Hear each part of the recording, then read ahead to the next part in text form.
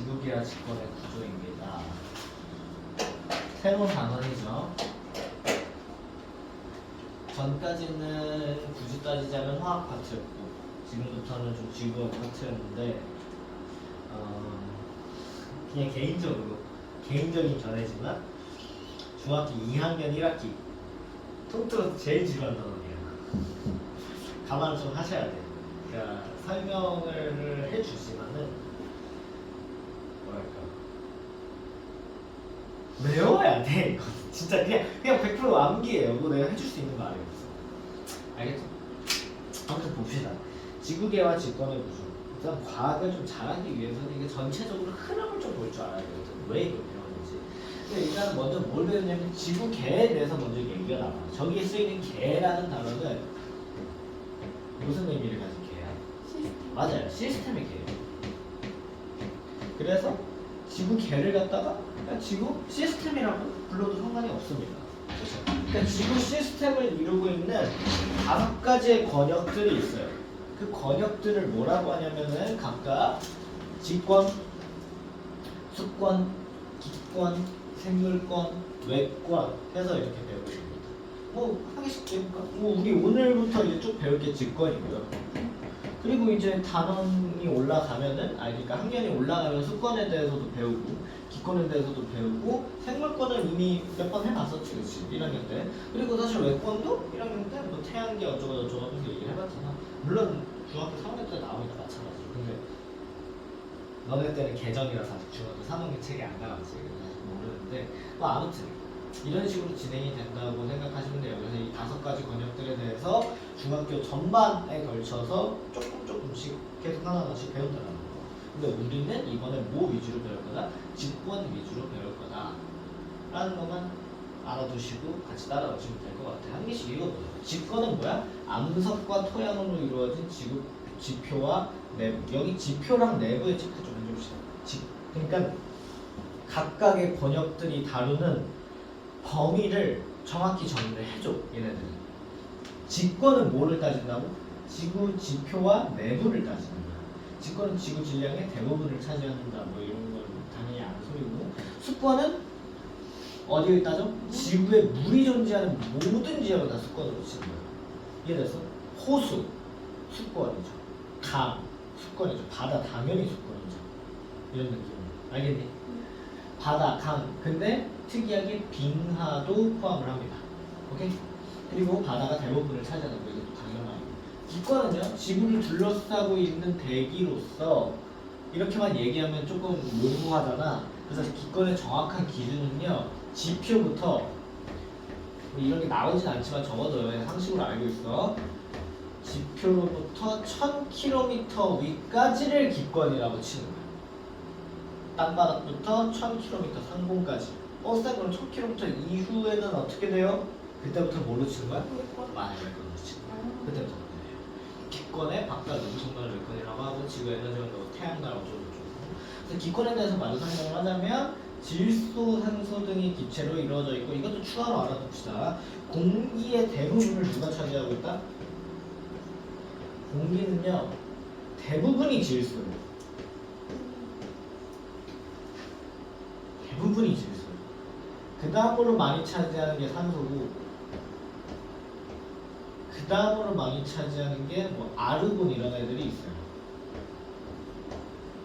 얘가 공기의 한 78% 정도를 차지하고 질소가 산소가 21%. 이 정도 차지합니다. 아르곤이 막 0. 몇 % 이렇게. 그래서 질소가 대부분이고 산소가 이거 추가로만 알아두시고 지금 나오진 않아요. 그리고 생물권은 지구에 살고 있는 모든 생물이어서 직권, 수권, 기권에 걸쳐서 모두 분포하게 된다라는 거. 뭐 육해공 우리가 하잖아, 그치? 먹는 거긴 하지만 아무튼. 자, 그래서 여기 이게 왜 중요하냐면은 이런 문제들이 나와요. 어렵진 않지만 지구계의 구성 요소들이 서로 영향을 주고받는 예들이 나와서 너가 어떤 예시를 보고 얘 무슨 권이랑 무슨 권이랑 상호작용하는 거네. 무슨 권이 무슨 권한테 영향을 주는 거네만 구분할 수 있으면 됩니다. 예를 들어서 첫 번째 것부터 한번 읽어보자. 물이 태양 에너지를 받아 증발하면은 뭐가 뭐한테 영향을 주는 거야? 태양 에너지. 외권이 물, 수권한테 영향을 주는 거다. 이렇게 이해하시면 돼요. 안 어렵죠? 한 개만 예시 들고 넘어갈게요. 너무 쉬우니까. 오케이? 자, 그럼 이제 본격적으로 직권의 구조에 대한 얘기를 해봅시다. 이제 직권의 구조라 그래가지고 우리가 얘기가 나오는 게 뭐냐? 지구 내부를 조사하는 방법에 대한 언급이 나오는데, 근데 이거는요 사실 한번 읽어봅시다. 지구 내부를 조사하는 효과적인 방법은 지진파 연구다 이렇게 나와 있는데요. 그러니까 내용은 이거야. 우리가 상식적으로 알고는 있어. 지각, 멘틀, 외핵, 내핵을 알고는 있잖아. 근데 너 어떻게 알아? 파봤어? 파봤을 것 같아. 왜요? 왜 파보진 않았을 것 같아? 소화가 쉽지 않을까요? 왜? 너무 오래 걸려서? 오래 걸리고 뜨거우니까. 맞아요. 뜨거워서 파는 데는 한계가 있어요. 그래서 이것도 또 역사가 있습니다. 역사가. 실제로 인간이 땅을 파는데 최대로 몇 킬로미터까지 파는지 알고 있어요? 찍어볼게요. 2kg? 아이, 2kg 넘었지. 1kg? 네. 그 정도 아니야. 그 정도 스케일은 아니야. 좀 더 많이 봤어. 좀 더 많이 갔다고요? 너무 작았지. 3kg? 아이, 과감하게. 10kg? 조금 15kg? 더. 아이, 그거보다 좀 안 돼. 13kg? 맞아요. 13kg를 굉장히 최소 봤어요. 그때 밑에부터는 뜨거워서 아파지. 드립이 녹아. 그래서 맨 처음에 얘네들이 이때가 한참 그때였거든. 소련 알죠? 아, 그러니까 지금의 러시아. 소련이랑 미국이 한창 뭐 과학 강국으로 대전을 벌이고 있었던 시기였어. 그래서 맨 처음에 이제 러시아에서, 그러니까 지금의 러시아, 소련에서 이제 뭐 클리지방 아무튼 거기에서 땅을 팠는데 얘네가 13km까지 판 거야. 그러니까 그걸 미국 애들이 듣고 어떻게? 야씨, 질세라. 우리도 파. 해가지고 미국이 저기 알래스카 가지고 땅을 팠는데 미국 애들이 소련은 그러니까 지금의 러시아 13km까지 팠는데 미국은 알래스카까지 가서 팠지만 몇 킬로미터까지 빠도 못 팠냐면 12km까지 빠도 못 팠어. 아빠. 근데 사실 1km 차이가 많이 크긴 하거든.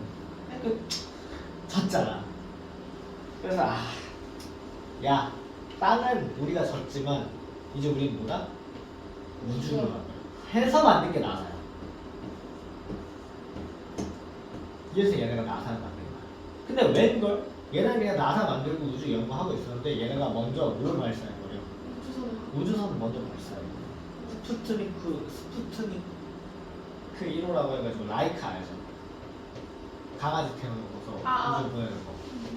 강아지를 태워서 우주를 보내거든. 얘네가. 그래가지고 미국은 어때? 그치, 강아지는 불쌍하지. 그러니까 미국은 어때? 와씨, 큰일 났다. 우리도 뭔가 해야 된다.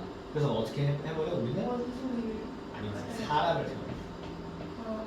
그래서 어디를 보내? 달을 보내죠. 이러면서 이제 얘네들이 가끔 뭐 대결하면서 뭐 과학이 발전이 되고 우주선 만들어지고 그렇게 된 거야. 근데 봐봐. 이 소련 애들이 아무리 많이 팠어도 얘네들 13km까지 못 팠거든. 근데 직권의 침상 구조를 보면 지각이 이루고 있는 게 5km에서 35km야. 그러니까 지각의 반도 못 판 거란 말이야. 근데 어떻게 우리는 이 밑에 멘틀이 있고 외핵이 있고 내핵이 있다는 걸 알까? 인간은 어떻게 그걸 알까? 정답은 지진파예요. 지진파.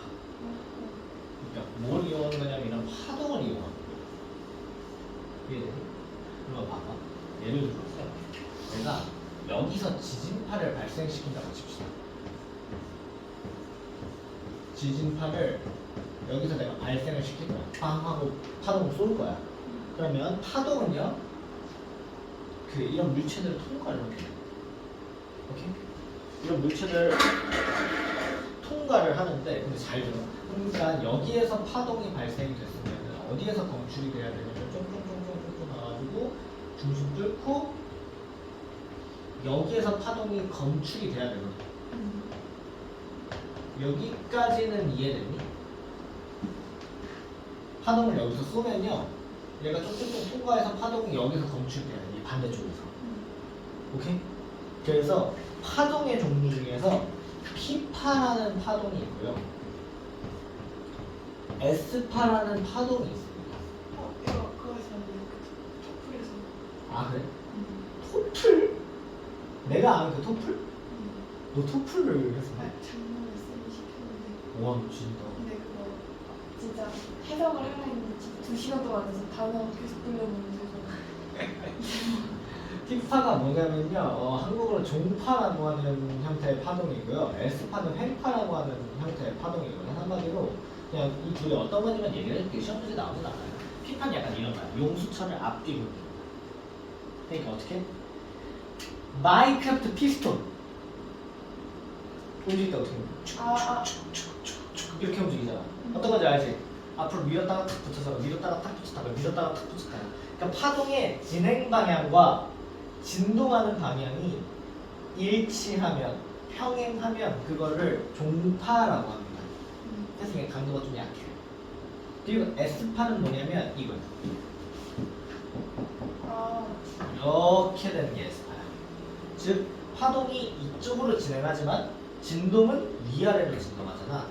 진행 방향과 진동 방향이 수직이면 걔를 갖다가 우리가 횡파라고 합니다. 오케이?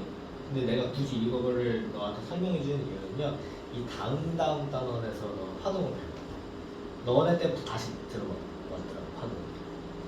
아무튼 그래서 그때 가서 다시 얘기해 줄 건데, 아무튼 저런 게 있어요. 근데 문제는 뭐냐면 얘네를 썼단 말이야. 지진파를 여기서 P파랑 S파를 발생을 시켰어. 근데 글쎄 여기에서 검출이 됐는데 이 둘 다 검출이 된 게 아니고 P파만 검출이 된 거야.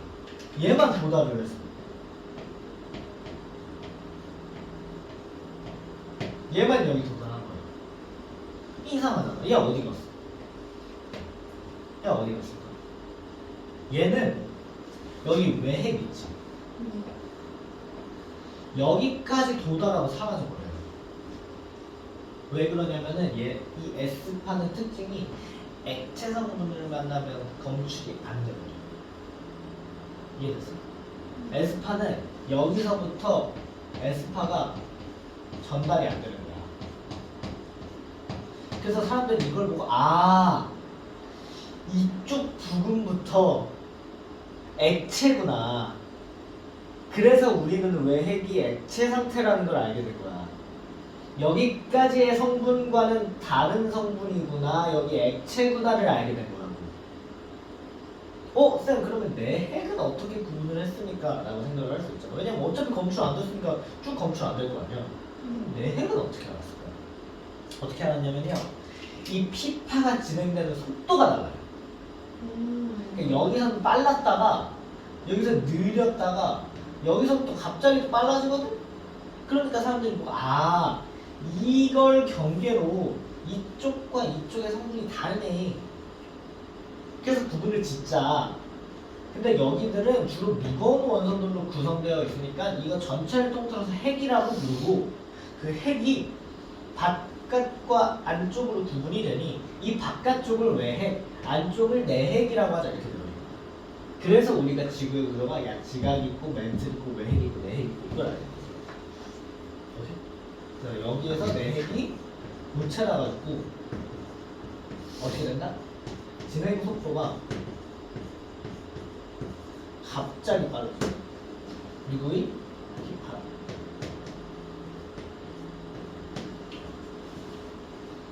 이래서 우리는 뭐다? 지각, 멘트, 외핵, 내핵이 있다는 걸 알게 된 겁니다.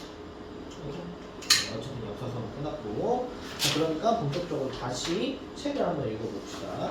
지구 내부를 조사하는 방법은 여러 가지가 있지만 가장 효과적인 방법보다 밑줄 뭐였구나? 지진파 연구하는 거야. 방금 얘기했던 파동을 쏘는 거지. 오케이? 네.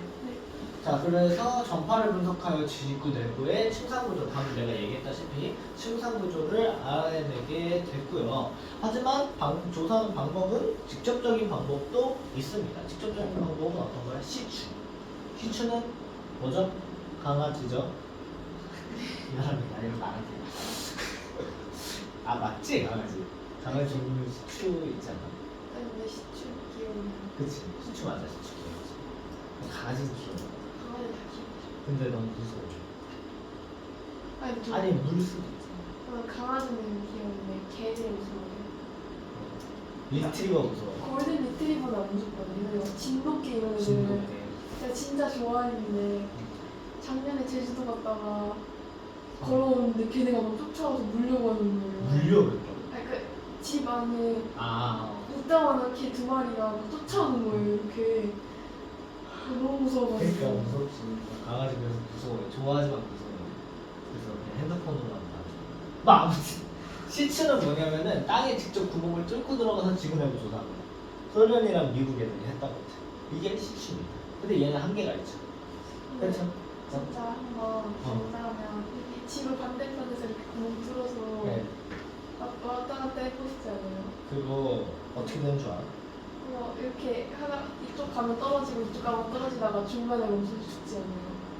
아니 무한히 움직여. 좀 그거 너 재밌는 얘기를 하는구나. 어디서 그 뭔가 그런 얘기를 들어본 적이 있는 거야? 유튜브에서 아 찾아봤었구나. 그거 계산할 수 있어요 너도. 그 고등학교 수학만 할 줄 알면 적분만 할 줄 알면 계산할 수 있어. 왔다 갔다 하면서. 뭐 아무튼 시츠는 땅에 직접 구멍을 뚫고 들어가서 지구 내부 조사하는 방법인데 얘는 한계가 명확해요. 인간은 13km까지밖에 못 봤어. 뜨거워서 안 파집니다. 자 그리고 화산 분출물을 조사하는 방법도 있죠. 화산이 폭발할 때 나오는 화산 분출물 안에서부터 팡 터져서 나오는 거기 때문에 이거 조사하는 방법도 있기는 있어요. 물론 충분하진 않겠지. 그래서 보통 직접적인 방법보다 어떤 거 간접적인 방법을 활용을 하는데 그 중에서도 지진파 연구를 활용을 한다는 거 아까 얘기를 했죠. 자세히 얘기했으니까 얘기를 넘어갈게요. 인공위성 활용은 인공위성에서 지구의 중력을 측정하여 지구 내부를 연구하는 방법입니다. 라고만 알고 계시면 될 것 같습니다. 오케이? 자, 그리고 여기 오른쪽 날개에 있는 것도 방금 내가 얘기했던 거랑 똑같은 내용이기 때문에 굳이 언급은 하고 넘어가지는 않겠지만 지현이 너가 오른쪽 날개들도 꼭 잘 봐줘야 된다. 알겠지? 오케이, 각각의 특징들 한번 읽어봅시다. 지각, 고체, 멘트 고체고 외핵만 액체고 내핵도 고체죠. 이건 뭐 당연히 알고 있는 상식이 있고 몰랐으면 오늘부터 아세요. 자, 지각은 두께가 가장 얇고 여러 가지 암석으로 이루어져 있고 여기서 중요한 건 지각은 대륙 지각과 해양 지각으로 구분한다는 점이 좀 중요합니다. 자, 그리고 왜냐하면 얘네들의 각각 또 특징이 있거든요. 대륙 지각과 해양 지각. 여기 보면 실제로 뭐 대륙 지각이 뭐 더 두껍다 뭐 이런 얘기들을 하는데 뭐 일단 넘어가고. 자, 멘트는 지구 전체 부피의 약 80% 차지한다. 이것도 중요해요. 전체 부피의 약 80% 차지하는 게 누구라고? 멘틀이라고. 지각보다 밀도가 큰 암석으로 이루어져 있다라고 되어 있는데 그냥 어떻게 생각하면 되냐면 아래로 내려갈수록 밀도가 커진다라고 생각하면 돼요. 그러니까 지구 중심에 가까워질수록 밀도가 점점점 커진다라고 생각하면 됩니다. 이거 알겠죠? 자, 그러니까 외핵은 주로 철과 니켈로 이루어져 있고 핵 자체는요 철과 니켈로 이루어져 있어요. 왜냐하면 얘네가 무거운 원소예요. 무거운 원소니까 중력이 더 잘 끌어당겨서 가운데 모이게 되고 무거운 애들이 여러 개 모이다 보니까 아래로 내려갈수록 밀도가 커지는 거다. 그렇게 생각하시면 됩니다. 그리고 외핵은 추가로 액체 상태라는 것만 좀 체크를 해주시면 좋을 것 같고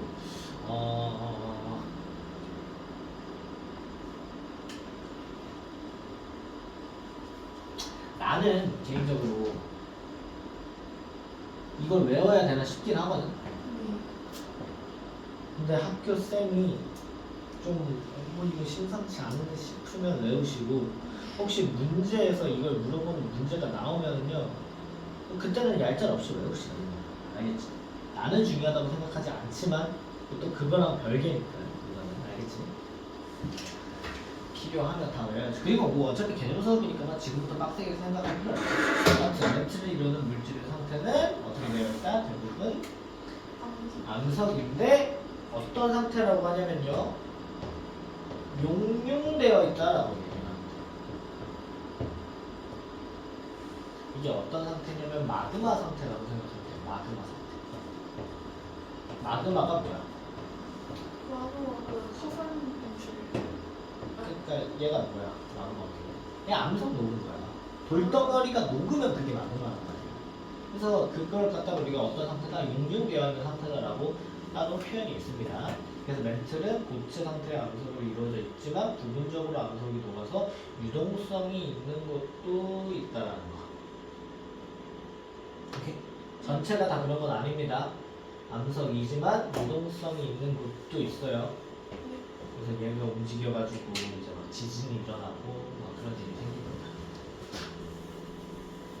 이거 되게 중요하다. 저 나에게 아까 언급했던 거. 자, 문제 바로 풀어볼까요? 그러니까 이런 수업 끝이란 말이야. 원래 말이 안 되잖아. 자, 서로 영향을 주고받는 구성 요소들이 뭐예요? 하나의 커다란 것을 이루는 것을 뭐라고 하죠? 네. 개라고 하죠. 아. 일단은 그 중에서도 이제 지구는 여러 원소가 모여 서로 영향을 주고받으면서 뭐를 이루는 거야? 지현이가 얘기했던 지구 개를 이루고 있다라고 얘기를 할 수 있는 거고 2번은 그냥 하세요. 혼자서 넘어갈게요. 네. 3번 지구 내부 조사하는 방법 중에서 직접적인 방법은 두 가지 뭐가 있었지? 기름이랑 밀. 그렇죠. 기억이랑 리을. 가장 효과적인 방법은? 밀은 디귿. 아니죠. 미은이라고 했었어. 밀. 아하. 가장 효과적인 건 지진파예요. 따로 언급하는 이유가 있어. 그래서 저거는 직권의 구조에 대한 설명을 오르는 동안에 멸치하는 거예요. 세계의 층? 아니죠. 이건 뭐 지나가는 초등학생한테 물어봐 나오겠다. 2번은 맞는 말이죠. 이거 되게 중요하다고 했어요. 지각은 대륙 지각이랑 해양 지각으로 구분하고 얘네들의 특징도 또 따로 있습니다. 자세히는 우리 그때 언급을 해줄게 내가 그 심화반 수업 때. 근데 지금은 책에 나오는 것만 연상합시다. 직권의 가장 안쪽에 있는 층을 내액이라고 한다. 맞는 말이고 직권의 각 층을 이루는 물질의 상태는 모르겠다. X죠. 왜? 뭐 때문에? 외행만 제외하면 다 같습니다. 5번 큰 부피를 차지하는 층의 기호와 이름을 순서대로 쓰시고 멘틀 B. 그쵸. 몇 퍼센트? 80. 80% 차지한다고 했었어.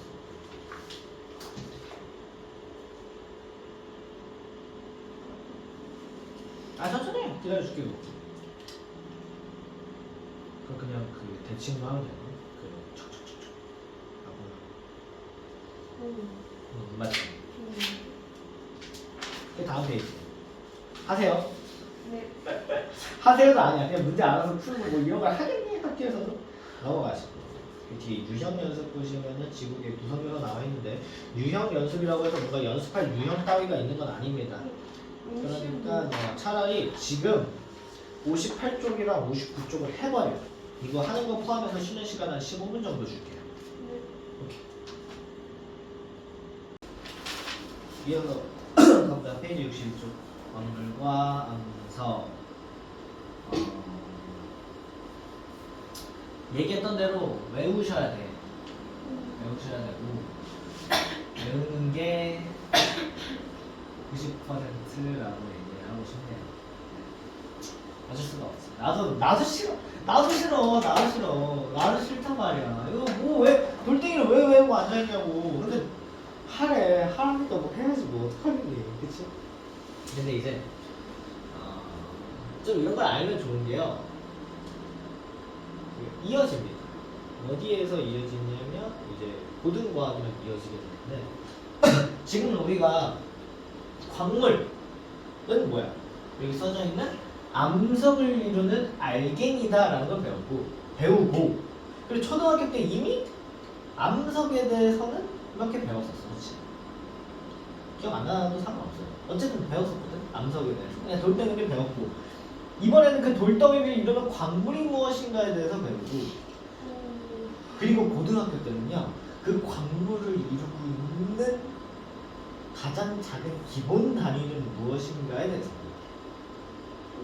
그것도 암기가 좀 포함되긴 한데 그건 알아들어도 재미는 또 있어요. 아무튼 봅시다.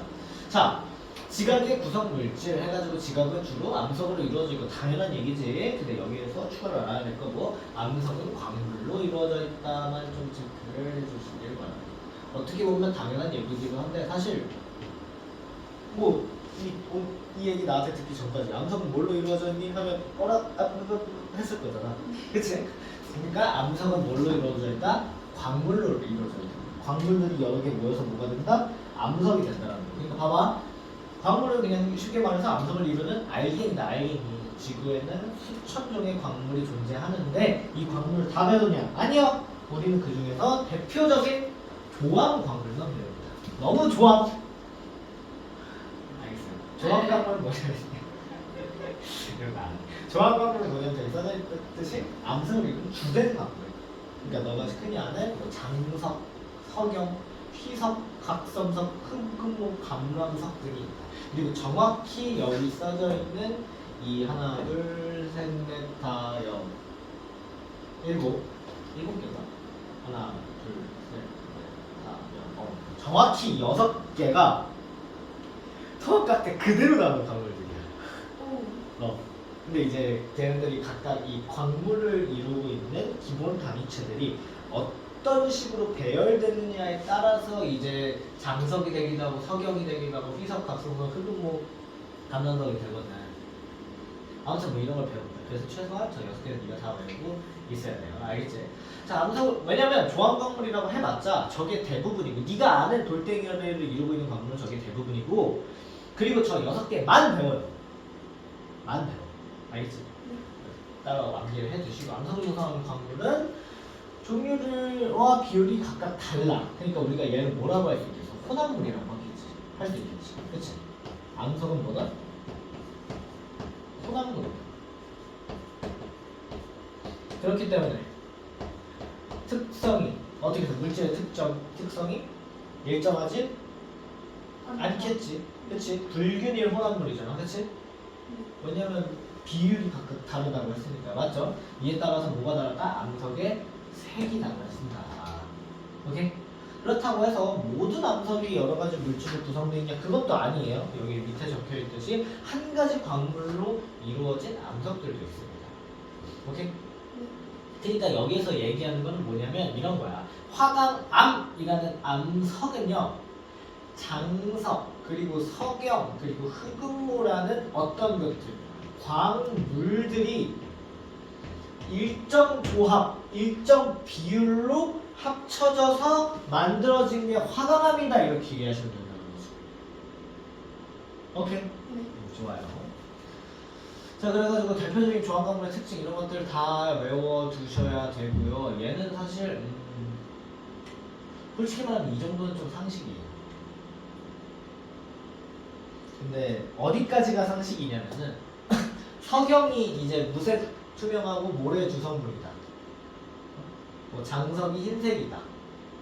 그리고 추가로 지각에서 가장 많은 양을 찾아내는 것도 따로 공부를 해두시고 흙은 뭐 검은색이고 판처럼 쪼개진다. 얘는 뭐 워낙 유명한 거니까. 그리고 감람석은 녹색 띠고 멘트에도 포함되어 있다. 이런 것들만 뭐 추가로 암기를 좀 해주시면 될 것 같습니다. 알겠지? 그럼 이제 본격적으로 광물의 특성에 대해서 얘기를 해볼 건데 자 이제 암기 들어갑니다. 광물이 나타나는 고유한 특징들이 있어요. 광물의 색, 좁은 색, 붓기, 자성, 염산 반응 등의 특성을 이용해서 얘네들을 구분을 합니다. 일단 먼저 첫 번째 색을 먼저 봅시다. 색은요 두 가지로 구분합니다. 그냥 밝은 색, 어두운 색. 오케이? 밝은 색은 장석, 석영. 아까 얘기했듯이 장석은 흰색이랑 분홍색이고 석영은 무색입니다. 무색이라는 게 그냥 투명색이라고 생각하면 돼요. 근데 약간 색깔 보면 아시겠지만 희끄머리한 투명색이에요. 오케이? 책 보면 되죠. 이거 외우셔야 됩니다. 그리고 어두운 색 광물들은 휘석, 각성석, 흑음모, 감람석 이렇게 이해하시면 될 것 같아요. 알겠지? 그래서 얘네들 각각 색이 무슨 색인지도 알아야 되는데 줄 구분하는 건 쉬워. 왜냐하면은 아까 내가 6개 외우라고 했잖아. 그 6개를 일단 외워야 돼. 일단 이것들이 조합 광물이다. 이것들이 내가 고등학교 때까지 알아야 될 조합 광물이다. 6개는 외워야 되고 그 중에서 장석, 석영만 밝은색이고 나머지 어두운색이야. 근데 문제는 뭐냐면 얘네 각각의 색깔을 다 하잖아. 이건 좀 암기해 주셔야겠지. 알겠지? 휘석은 검은색. 같이 해봐. 휘석은 검은색. 각성석은 녹갈색. 그건 검은색 쉽고 감람석은 녹색이다. 솔직히 지금 벌써 외워졌죠? 근데 희석하고 푸른거는 색깔이 똑같은데 어떻게? 맞아요. 구분이 안 되죠? 어우, 너가 아주 수업을 이끌어가는구나. 좋아. 그래서 뭘 보냐면 좋은 색을 봐. 좋은 색은 뭐냐면 good color. 오. 좋은 색이 아닙니다. 좋은 색입니다. 좋은 색은 어떻게 하는 거냐면 저기 좋은 판이라는 판이 있어. 그냥 돌덩이 판이라고 생각하면 돼요. 거기 안으로 긁어. 그럼 거기 색깔이 나거든. 그러니까 일종의 가루화시키는 거지. 사실 긁어서 색깔이 난다는 건 지연아 분필도 마찬가지고 얘가 쪼개지면서 가루 형태로 묻는 거잖아. 그치? 그러니까 긁었을 때 나타나는 광물 가루의 색이다 이렇게 얘기를 할 수 있다는 거. 좋은 색은 알겠지? 색이 비슷한 광물도 좋은 색을 비교하면 구별을 할 수 있게 된다는 거. 그래서 흑음모랑 적철석, 자철석 모두 색이 검은색인데요. 얘네를 좋은 판에 긁어보면은 각각 흑음모는 흰색, 적철석은 젓갈색, 자철석은 검은색이 나옵니다. 그래서 저것까지 색깔도 다 외워주셔야 되는데 이게 단순히 그냥 아 이거 다 외워야 돼요 하면 많지만 카테고리별로 하나하나씩 공부하다 보면 금방 외워져요. 그리고 색깔이 노란색인 광물 금, 황동석, 황철석 모두 노란색이지만 긁어보면은 금은 노란색, 황동석은 녹흑색, 그리고 황철석은 검은색이 나옵니다. 오케이? 그럼 외워야 돼요 이거는. 알겠죠? 자, 굵기. 광물의 무르르 단단한 정도를 갖다가 우리가 굵기라고 하는데 세 번째 카테고리야. 광물의 특성을 나타내는 무르르 단단한 정도의 말 그대로 얼마나 단단하냐, 얼마나 굳어있냐 이렇게 일맥상통하는 얘기잖아. 그치? 어떻게 되냐면 광물을 서로 긁어서 굵기를 판단해요. 왜 그런 얘기 들어봤어? 요리할 때 계란 두 개 땅 깨면 약한 놈 무조건 한 개 깨지잖아. 네. 그런 거야. 그러니까 두 개를 긁어서 긁히는 놈은 약한 놈, 긁는 놈은 센 놈. 이렇게 가는 거야. 알겠니? 그래가지고 광물의 그 굵기는 어떻게 판단을 한다? 긁히지 않는 광물이 긁히는 광물보다 굵기가 더 세다. 이렇게 이해하시면 돼요. 그래서 석영과 방해석을 서로 긁으면 방해석이 긁히는 거야. 방해석이 긁히는 거야. 그래서 굵기는 석영이 방해석보다 더 크다. 이렇게 되는 거야. 알겠지? 오. 자, 그리고 네 번째 카테고리인 자성은요. 왜? 아니, 겁이 너무 많아서. 네 번째 카테고리 자성은요. 세우치 끌어당기는 상태를 말 그대로 자성. 자기의 성질이 있냐. 근데 얘는 그냥 자철석으로만 얘를 기억하시면 되고요. 염산가루는 광물에 묽은 염산을 떨어뜨렸을 때 기체가 발생하여 거품이 생기는 성질을 얘기를 하는데 이때 기체는 어떤 기체냐면 이산화탄소입니다. 이산화탄소.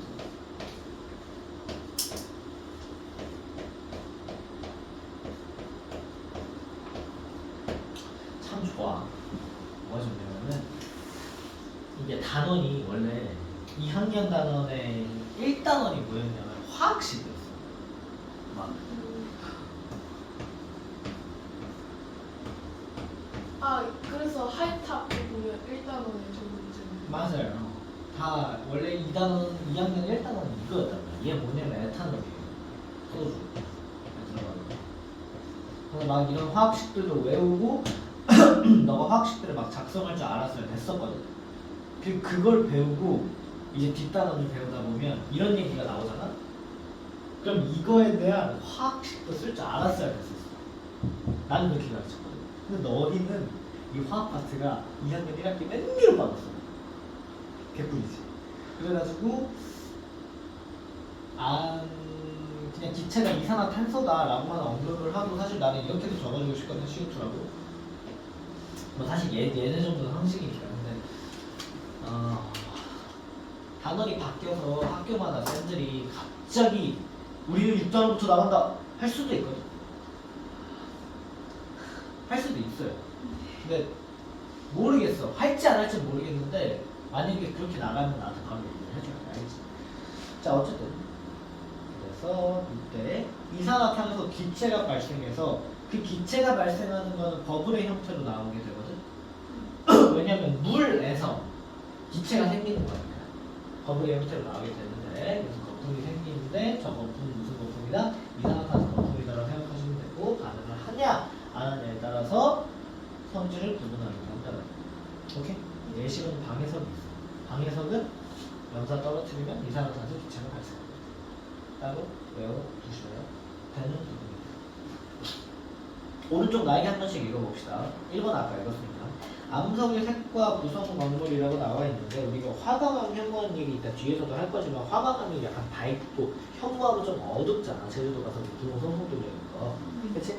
그래서 화강암은요 주로 장석이나 석영 같은 밝은색 광물이 포함되어 있어 밝은 거고 현무암은 피석 강나석 같은 어두운 광물이 포함되어 있어서 어두운 거다. 당연한 얘기니까 넘어가시고. 한번 종판보다 단단한 광물의 존재. 그러니까 말 그대로 뭔 말이냐면 좋은 판에 돌덩이를 긁었는데 좋은 판이 깨져버려요. 좋은 판이 긁혀버려요. 그럼 안 되잖아. 네. 그러니까 뭔 말이냐면 아까 우리가 굳기 얘기했죠. 굳기. 그치? 그 좋은 판의 굳기가 돌덩어리보다 세야 긁었을 때 돌이 깎아지면서 가루가 나오고 그 좋은 색을 우리가 보는 거잖아. 네. 근데 굳기가 돌덩이가 더 세버리면 어떡하냐는 거야. 읽어봅시다. 석영과 같이 좋은 판보다 단단한 광물을 좋은 판에 문지르면 좋은 판이 긁혀서 가루가 생기는데 이 가루를 보고 석영 이 색깔이 나면 돼? 안 돼? 안 돼. 얘는 좋은 판이거든. 좋은 판의 색깔이에요. 그래서 좋은 색을 알 수가 없기 때문에 이때는 어떻게 하냐면 망치로 칙칙칙 부셔. 부셔 맞은 가루가 나는 거야. 그 가루를 하는 거야. 왜냐면 어차피 좋은 색은 무슨 색? 가루색이잖아. 이건 가루. 어차피 가루색이잖아. 그치? 그러니까 그냥 긁혀서 안 긁혀? 깨 부셔서 가루를 만들어버린 다음에 그거 색 본다는 거야. 알겠니? 네. 넘겨서 문제 바로 풀어봅시다. 직권의 겉부분인 지각은 주로 뭘로 구성되어 있다? 암석으로 구성되어 있고 그 암석을 이루는 알갱이를 갖다가 우리는 뭐라고 한다? 광물이라고 한다. 그리고 구별할 수 있는 광물의 특성 오늘 4가지 언급을 했는데 뭐랑 뭐랑 뭐다? 색, 그리고 좁은색, 그리고 붓기, 염산반, 그리고 자석까지 얘기를 했었죠. 여기는 없긴 하지만 그래서 기억님, 미음, 비음 체크해 주시면 되고요. 광물의 특성에 대한 설명을 옳은 것은 동그라미, 옳지 않은 것은 X로 했을 때 석영광석 발견되는 당연히 맞습니다. 좋은 판을 이용하여 모든 광물의 존재를 알 수 아니죠. 그렇죠? 더 단단한 놈은 몰라요. 두 광물을 서로 긁었을 때 긁히지 않는 광물은 더 단단하다. 맞는 말이죠. 그렇죠? 긁히는 놈이 약한 놈. 근데 둘 다 긁히면 어떡해요? 아니 둘 다 똑같으면 어떡해요? 힘이? 뭐라고? 아니, 그러니까 똑같은 놈을 둘이 긁는다고? 완전 단단. 그러니까 붓기도 똑같고. 아예 똑같은 돌덩이 2개를 긁는다고?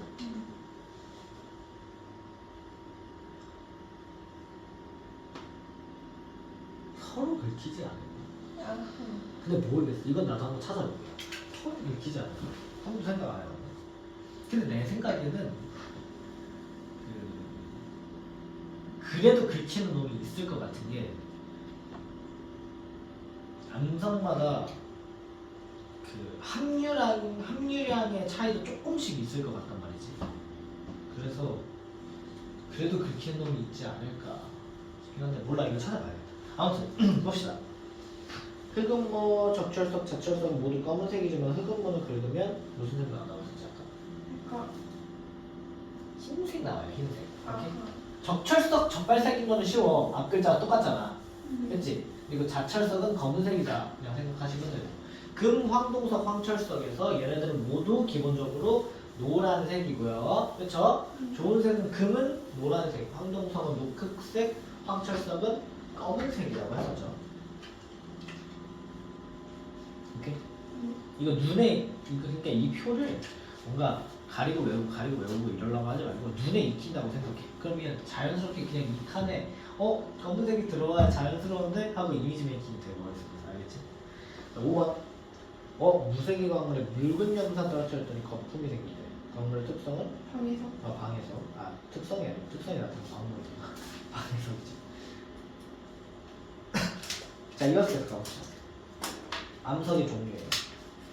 자, 방금까지는 광물을 얘기했고 그 광물이 합쳐져서 만들어진 뭘 배우는 거야 이제? 암석에 대해서 배우는 거다. 근데 우리 이미 화강암이랑 현무암에 대해서는 어느 정도 배웠었죠. 근데 우리는 거기에서만 배운 게 아니고 크게 암석의 종류는 3가지로 구분이 됩니다. 화성암, 그리고 퇴적암, 그리고 변성암으로 분류를 하는데 각각이 어떤 기준으로 분류가 되는지도 아셔야 돼요. 화성암은 마그마 식은계 화성암. 쉽지? 이름에서 뭔가 화자가 들어가니까 마그마 식은계 화성암. 퇴적암은 말 그대로 퇴적들인 거. 퇴적이 뭐야? 뭔가 점점점 쌓이는 거잖아. 즉 퇴적물이 다져지고 굳어지면서 생기는 게 퇴적암. 변성암은 말 그대로 변성된 거. 암석이 높은 열과 압력을 받아 성질이 변하는 것을 변성암이라고 합니다. 얘네들 그냥 대충 변성되는 거네요. 안 돼요. 네. 암석이 뭐라고? 열과 압력을 받아서 성질이 변하는 걸 갖다가 변성암이라고 하는 거야. 알겠지? 정확히 아셔야 돼. 다른 것들도 다. 외우기 쉽죠? 네. 오케이. 화성암부터 한번 가봅시다. 화성암 뭐라고? 마그마가 마그마가 식어서 식어서 또는 지표로 흘러나와서 뭐 같은 말이지. 그러니까 지하 깊은 곳에서 식거나 지표로 흘러나와 식거나 어쨌든 마그마가 온도가 낮아져서 식어서 굳어진 걸 갖다가 화성암이라고 하고, 화성암의 생성 장소는 마그마가 지표 근처에서 빠르게 식어 만들어진 화산암과 아까 얘기했던 지하 깊은 곳에서 식어 만들어진 심성암으로 구분을 한다라는 거야. 이해되니? 그래서 화성암은 저 두 개로 분류가 되고, 다시 한번 뭐라고? 마그마가 지표 위로 빠르게 식으면 뭐? 화산암. 안에서 천천히 식으면 심성암. 그러니까 구분해야 되는 카테고리가 지표, 지하, 빠르게, 느리게, 이 카테고리로 구분을 하셔야 돼요. 그 카테고리로 구분을 하면 그거에 따라서 특징이 나오는데, 화성암의 생성 장소와 광물 결정의 크기 뭔 말이냐? 마그마가 지표 근처에서 빠르게 식잖아? 그러면 광물이 이제 성장할 시간이 부족해. 빠르게 그냥 식어버리니까. 이해돼? 그래가지고 얘는요, 광물 결정의 크기가 작아요. 즉 다시 한번 얘기하자면 암석을 이루고 있는 광물의 크기가 작다. 암석이 작은 게 아니라, 암석은 그냥 광물이 모이면 암석이 작은 거니까 암석의 크기가 작아요. 그에 비해서 심성암은 지하 깊은 곳에서 어떻게 천천히 식는 거잖아. 결국 빠르게 식냐 천천히 식냐 얘기거든. 천천히 식기 때문에 성장할 시간이 충분하기 때문에 광물 결정의 크기가 큽니다. 심성암. 오케이? 네. 이름도 쉬워요. 말 그대로 화성폭발 지표에서 하는 그 화성. 지하 깊은 심해, 뭐 심해층 할 때 그 심자 써가지고. 그치? 깊은 심자, 깊은 심자가 아무튼 심성. 쉽죠? 네. 그래서 화성암의 종류에는 이 네 가지 특히 외워두셔야 되는데, 구성하는 광물 결정의 크기와 암석의 색에 따라서 구분을 합니다. 아까 얘기했듯이 현무암 같은 것들은 어둡고, 화강암 같은 것들은 밝고, 그리고 화산암은 광물 결정의 크기가 작고, 그리고 심성암은 광물 결정의 크기가 크기 때문에 이 색과 크기로 구분을 한다는 거. 알겠죠? 네. 자, 어두운 애들은 주로 현무암, 아까 얘기했던, 그리고 반려암이 있습니다. 외우셔야 돼. 현무암, 반려암. 어떻게 외우죠?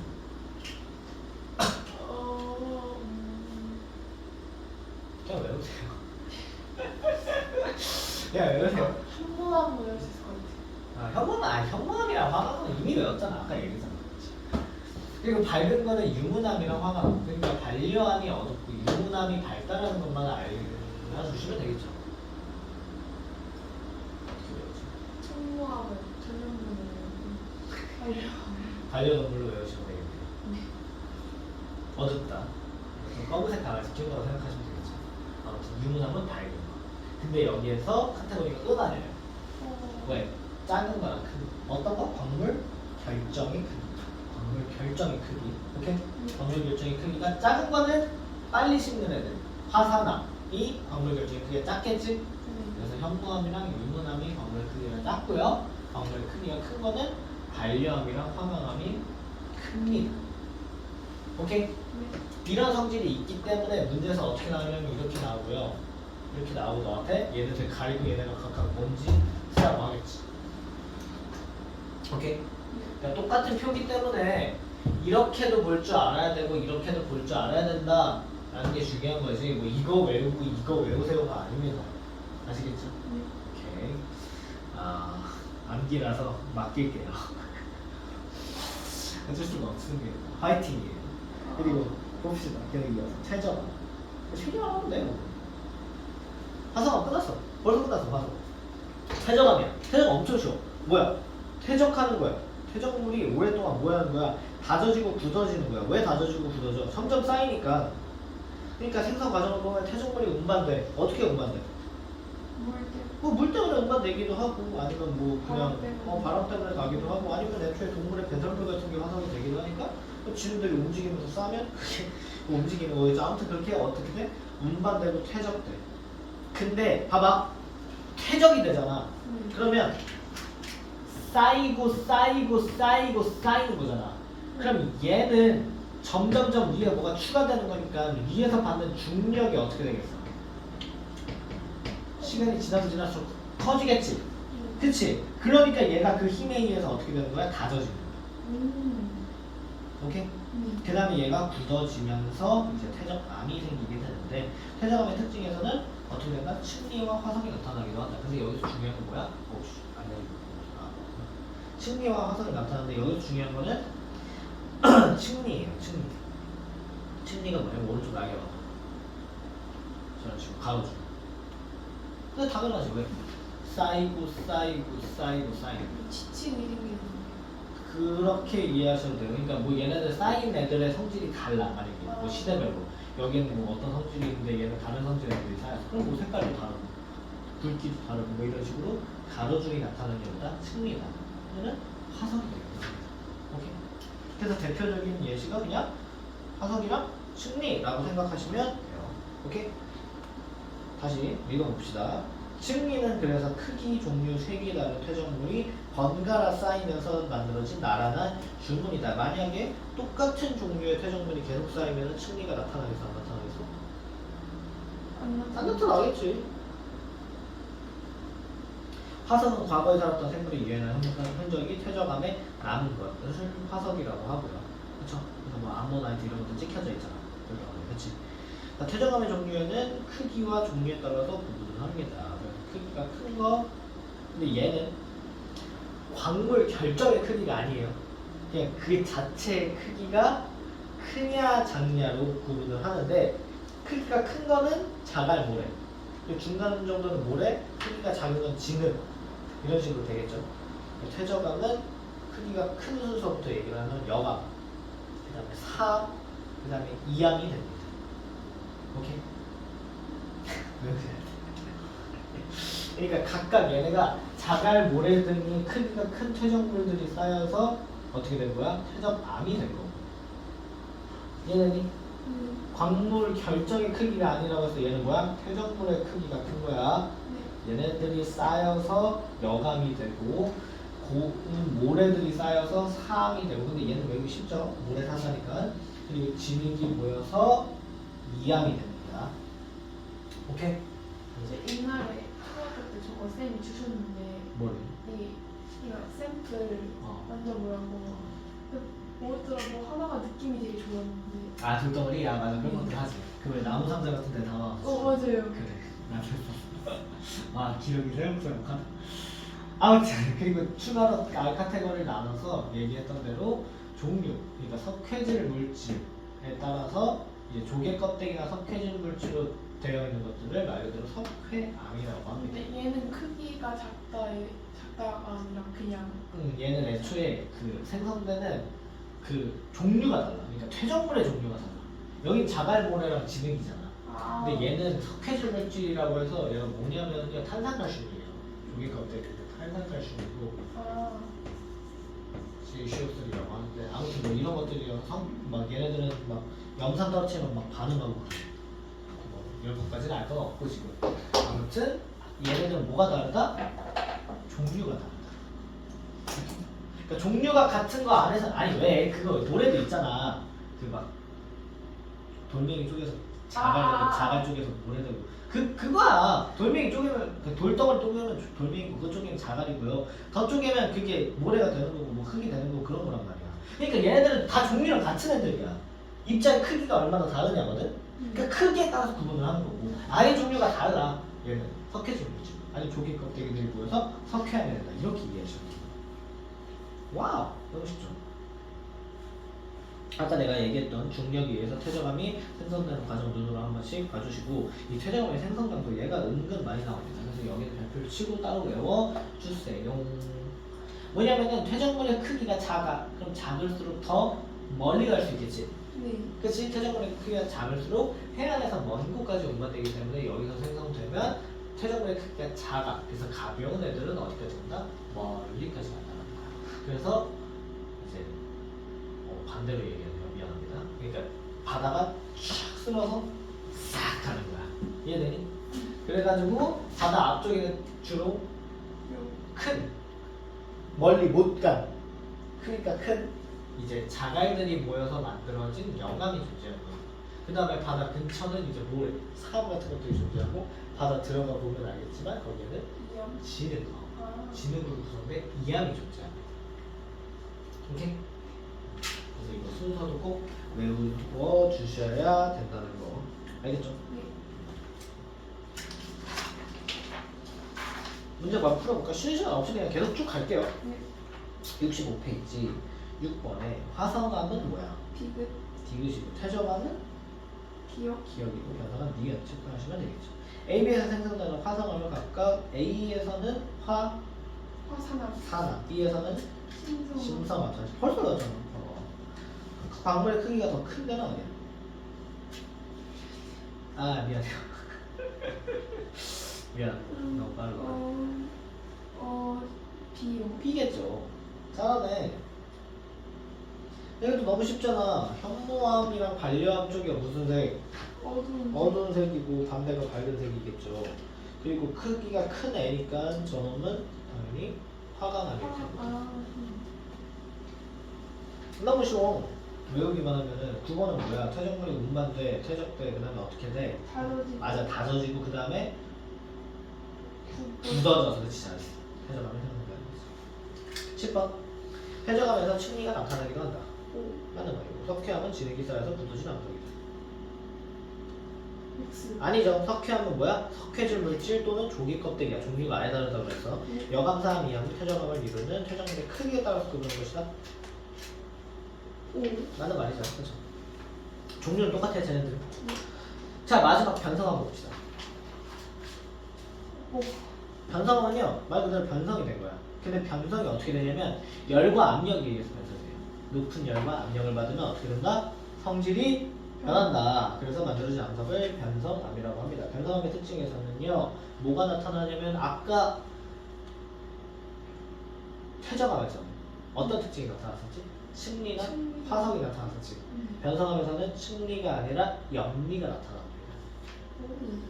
염리가 뭐냐면은 여기 그림에 그려져 있는 대로 봐봐. 예를 들어서 이러한 암석이 있는데 근데 압력을 이렇게 받는다고 칩시다. 이렇게. 그럼 눌리는 게 이렇게 눌리니까 얘는 배열이 어떻게 되겠어? 이런 식으로 배열이 되는 거야. 이해돼? 네. 그러니까 찝어대는 방향이 이렇게 되니까 얘네 배열은 이렇게 될 거다. 네. 이해되니? 네. 그래서 여기 적혀져 있는 게 뭐냐면 암석이 받은 압력에 수직한 방향으로 어떤 게 발달한다? 염리가 발달한다. 이렇게 말을 해요. 오케이? 그러니까 띄엄띄엄 떨어져 있는데 마치 한 방향으로 배열이 되는 것처럼 뭔가 흐름을 나타내는 화살표처럼 한 방향으로 배열이 되는 거지. 층리랑은 약간 다르죠. 그렇지? 근데 그 방향은 압력의 수직한 방향으로 만들어질 수밖에 없다. 왜? 이거는 그 방향으로 배열되어 만들어지는 줄무늬이기 때문에. 오케이? 네. 그래서 변성암의 종류는 원래 암석의 종류와 열과 압력을 받은 정도에 따라서 구분을 합니다. 그래서 얘는 좀 짜증나는 게 한 개의 암석이 변성을 하면 그게 변성암이 되어서 그 원래 암석도 외워야 되고 걔가 얼마만큼의 압력을 받았을 때 뭘로 변하는지도 알아야 돼요. 아무튼 한번 봅시다. 아까 배웠던 사암 있죠. 걔가 변성작용을 하면 변성암이 되는데 규암이 됩니다. 그러니까 얘 같은 거는 퇴적암이 변성암이 됐다 이렇게도 얘기할 수 있겠지. 오케이? 사암에 대해서는 물어볼 수 있는데 한 발자국 더 떠서 변성작용으로 변성암이 된다고 생각하시면 돼요. 이해되십니까? 그게 약간 메가지라라고 생각하면 돼요. 아시겠죠? 자 그리고 석회암 같은 애들 아까 얘도 또한 뭐야? 아까 퇴적암이었잖아. 그치? 그러니까 얘가 변성되면 뭐가 된다? 대리암이 된다. 대리암 뭐냐면 우리가 흔히 대리석이라고 부르는 거죠. 실제로는 대리석이라고 하면 안 되고 대리암이 많은 표현입니다. 실제로는. 근데 워낙 대리석 하니까 그냥 일상생활에서 대리석이라고 하는 거지. 대리암이 많은 표현이에요. 아무튼 원래 암석이었던 이 암이 어떻게 됩니까? 열과 압력을 받은 편암으로 됐다가 더 열과 압력을 받으면 여기서 뭐로 변할까? 편암으로. 그리고 화강암은 열과 압력을 받으면 똑같이 편마암이 된다. 오케이?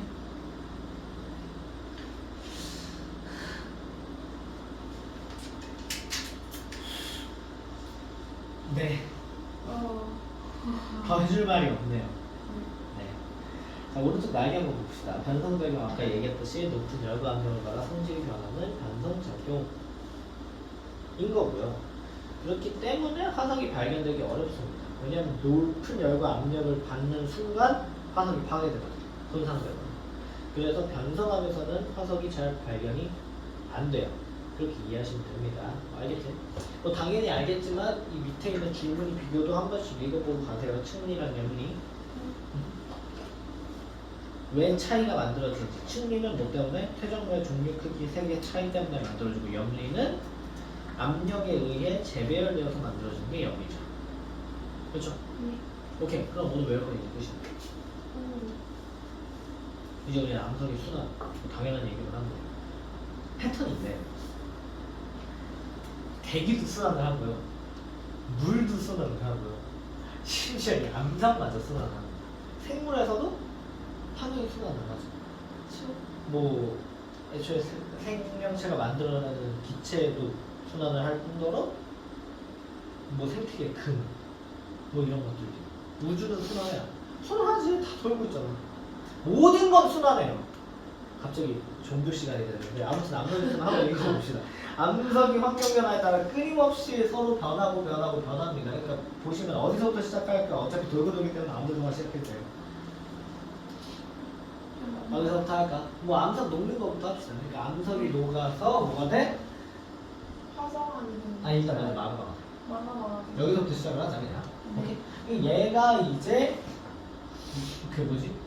식으면 화성암이 되고, 이 화성암이 잘게 부서지면은 이제 그 과정에서 퇴적물이 생기는데 그 퇴적물이 이제 다져지고 부서지고 퇴적암이 되고, 얘가 이제 아까 배웠던 대로 높은 열과 압력 받으면은 변성암이 되는데, 또한 화성암 자체가 높은 열과 압력을 받아서 변성암이 되기도 합니다. 아까 화강암이 그랬죠. 화강암이 변성해서 편마암 됐었잖아. 기억나지? 그치?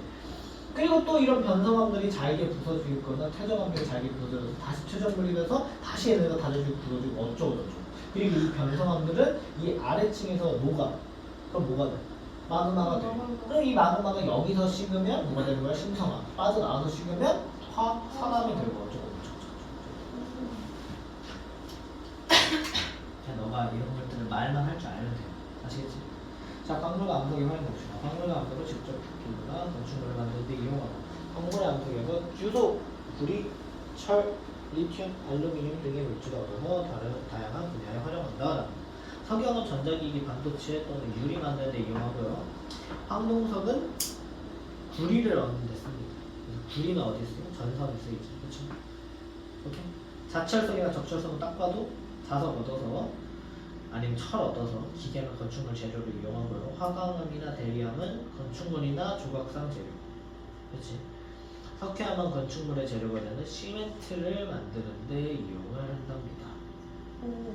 오케이? 그래서 오른쪽 날개도 한 번씩만 읽어보세요. 너무 지루합니다. 재미가 없어요. 끝이에요. 문제가 앞으로 11번. 암석이 높은 열과 뭐를 받아서? 압력을 받아서 성질이 변화를 만들지 않도록 변성암이라고 하고요. 변성암에서 뭐가 나타나? 염리요. 그렇지. 층리는 어디? 층리는 퇴적암. 퇴적. 그렇지. 암석이 변성작용을 받으면 새로운 광물이 만들어지거나 광물 결정의 크기가 커지기도 합니다. 작아지진 않아요. 예, 왜냐면 얘가 압축이 되면서 눌리는 거라서 깨지거나 그래야지 작아지는 거지. 뭐 말인지 알겠지? 네. 자, 원래 암석인 삼이 변성하면 뭐가 됐었죠? 주암. 주암이 됐습니다. 그냥 외워야 돼요. 사규를 외워주시든지. 석회암은 대리암, 이암은 편암됐다가 편마암되고 화강암도 편마암이 됐었죠. 순환 과정을 나타낸 건데 A, B를 쓰래요. 마그마가 식은 거니까 얘가 뭐겠어? 화성은 화성암. B는 퇴적암이 열과 압력을 받았네. 현성은 현상을 잡았어. 자 14번. 광물과 암석은 직권에 무한하게 준 에이 없어요. 무한하거나 지드래곤도 그랬잖아. 지드래곤이 뭐라고 그랬어? 영원한 건 절대 없다고 그랬잖아. 영원하거나 이 세상에 이터너트가 없습니다. 무한하거나 영원한 거는 없어요. 자 석영은 반도체를 만들거나 유리를 만들 때 이용한다. 맞는 말이에요. 뭐 그래서 외워야 돼. 어쩔 수가 없어. 예시기 때문에 외우셔야 돼. 맞는 말이야 그냥. 황동석에서는 철을 얻어서 건축물 재료 X 아니에요. 자철석이나 적철석이었죠. 그러니까 철자가 들어갔어야 됐었지, 그렇지? 석회암은 건축물의 재료가 되는 시멘트를 만드는 데 이용한다. 오 맞는 말이에요. 오케이?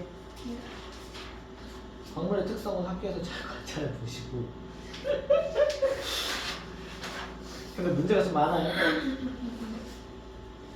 문제도 풀어보시고 암석을 관찰하여 분류하는 것도 학교에서 잘 해보세요. 다만 이런 유형의 문제는 나올 수 있다는 거 충분히 인지하고 계시지? 그리고 유형에서도 딱히 볼 게 없는 게 그냥 뭐다? 암기 파트다. 이게 뭐 할 게 어딨어 유형. 야 저번 시간처럼 그래프나 나와야지 내가 너한테 하는 법 알려주고 야 이건 이렇게 해야 돼. 야 이건 이렇게 계산하는 거야. 야 용해도는 어쩌고저쩌고 100g 기준이니까 50g 나오면은 반으로 나눠서 해야 돼. 이런 걸 알려주지. 얘는 그냥 뭐야? 암기예요. 암기이기 때문에 내가 해줄 게 없습니다. 그래서 사실 문제 푸는데 겁나 빨리 풀 거야. 남은 시간 동안 일단 숙제 채점이랑 이걸 할 건데 근데 숙제가 쓸데없이 짜증나게 많아지니까 마찬가지로 시간이 좀 남으면은 72쪽까지 하는 거 하는 게 어떨까 싶긴 하네. 근데 이건 뭐 내 제안이. 아무튼 오늘 수업은 여기까지.